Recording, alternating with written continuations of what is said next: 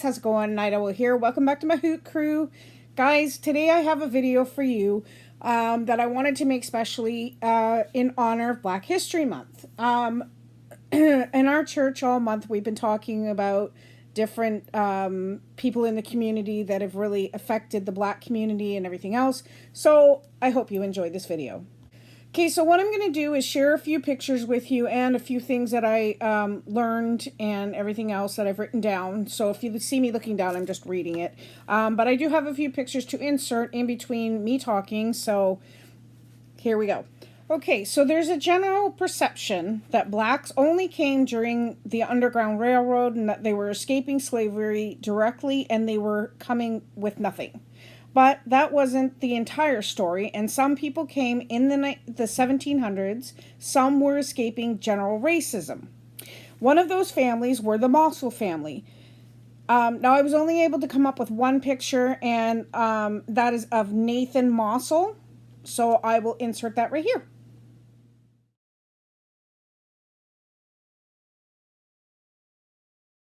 Okay, it says that the Mossel family came because their children were not able to attend school in Baltimore, so they came to Hamilton so their school children could attend public school. And yes, most of these are from Hamilton, basically. Adam Mossel was a person who made bricks and built homes and buildings, and he actually established a brick factory. His children went on to do very well, especially Nathan Mossel became a celebrated doctor, and he established a hospital in Philadelphia and was part of the Niagara movement that established the NAACP, or the National Association of Colored People. A lot of families and individuals did not come directly out of slavery, but some people had been living in freedom for many years, and they were pushed here because of the fugitive slave law that passed in 1850. Now, there was an area known as Little Africa, and it was on Concession Street here in Hamilton, Ontario, and I will put a picture of that in.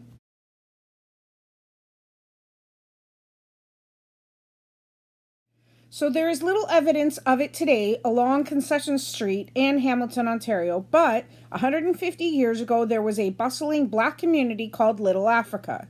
It was mostly made up of people who escaped slavery through the Underground Railroad, and there were others from the Caribbean as well.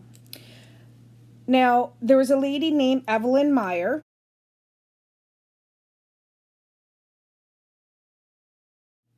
So her name is Evelyn Myrie. Sorry, my bad.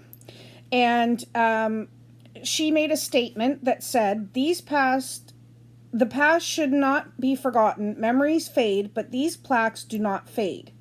The Black presence in Hamilton is quite deep, and we need to tell the story. This was said by her, who is the chair of the Black History Committee, as she spoke about a plaque that was placed at the public library on Concession Street. Now, some of these people, I couldn't get their pictures. I searched everywhere to get it, but unfortunately I could not find them. But I was able to find a little bit of history on a few people from Hamilton that also had some history here. There was also William Bridge Green, who sold parcels or parcels of his land to the Black who were coming to the community. So he took bits of his land, sold it to people so they could build their own houses on it, and he gave that up to them. Also, there was Julia Berry, who operated the James Street toll gate. She would collect money on behalf of the road's new owners during the 1870s. Back in the horse and buggy days, people would travel on privately owned roads and pathways up and down the mountains for free, but she would collect the tolls. Also, we have Lincoln Alexander. Now, I do have quite a few pictures of Lincoln Alexander, so I will kind of put them in between as I talk about him.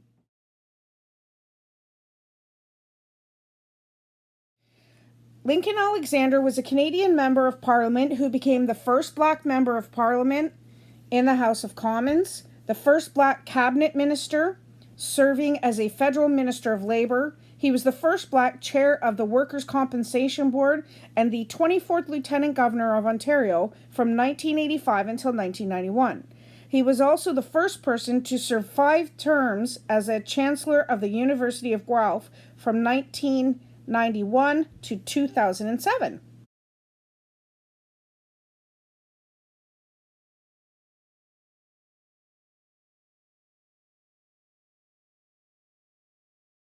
He was also a governor of the Canadian City Council, and he also served Canada in 1942 as a corporal and a wireless operator. He once said, "I am not the spokesman for the Negro or the black. The honor has not been given to me.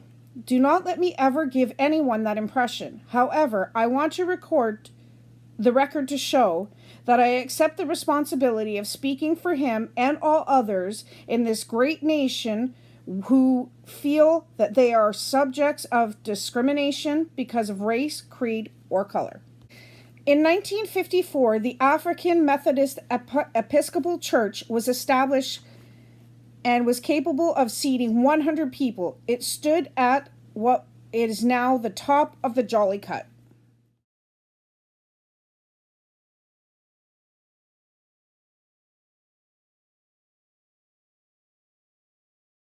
Black Hamilton was a proud, self-conscious, self-empowered community with a vision of freedom and self-determination that tested the promise and the limits of the Canadian haven. These threads of the project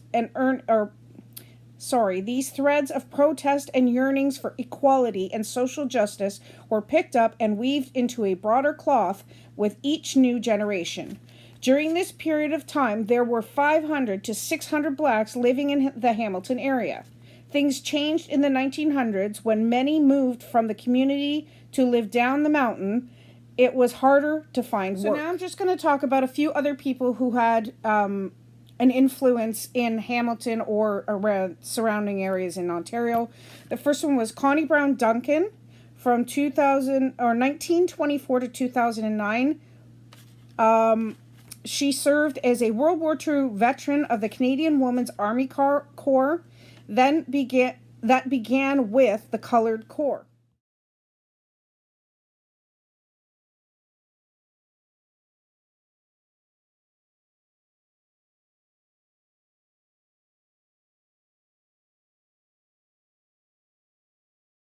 Now here are some other longtime residents of Hamilton. Ruth Harper Bell,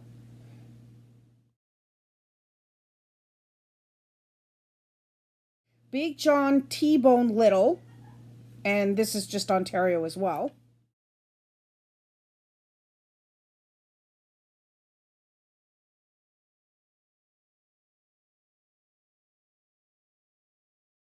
George Bell and June Bell Anderson.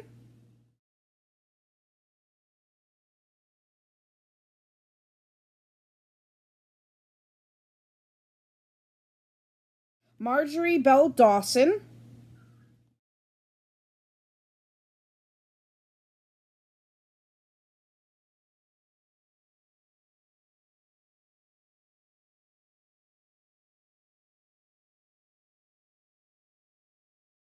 And James Gibson. I would also like to talk about one church that had a very big impact back in the Underground Railroad days, and that was Stewart Memorial Church. The first black church in Hamilton, Ontario was Stewart Memorial Church. It was a refuge for former slaves in Hamilton since 1879, and the church's first pastor was Josiah Henson, who was believed to be the inspiration for the character in Harriet Beecher Stowe's novel Uncle Tom's Cabin. It still is a religious and cultural center for Hamilton's black community, a place to find a meal if you're hungry, and a place to find work if you're without, and etc. So I hope you enjoyed this video. Thank you so much for coming, and I hope this makes a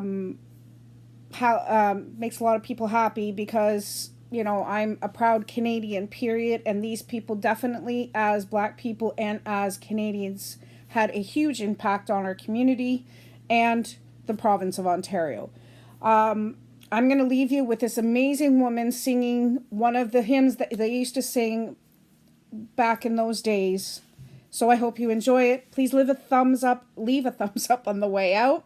Please subscribe and hit the bell icon, and you will never miss another one of my videos. Have a great day, guys. God bless. Bye. Oh, swing low, sweet chariot, coming for to carry me home. See, I looked over Jordan, and what did I see? Coming for to carry me home.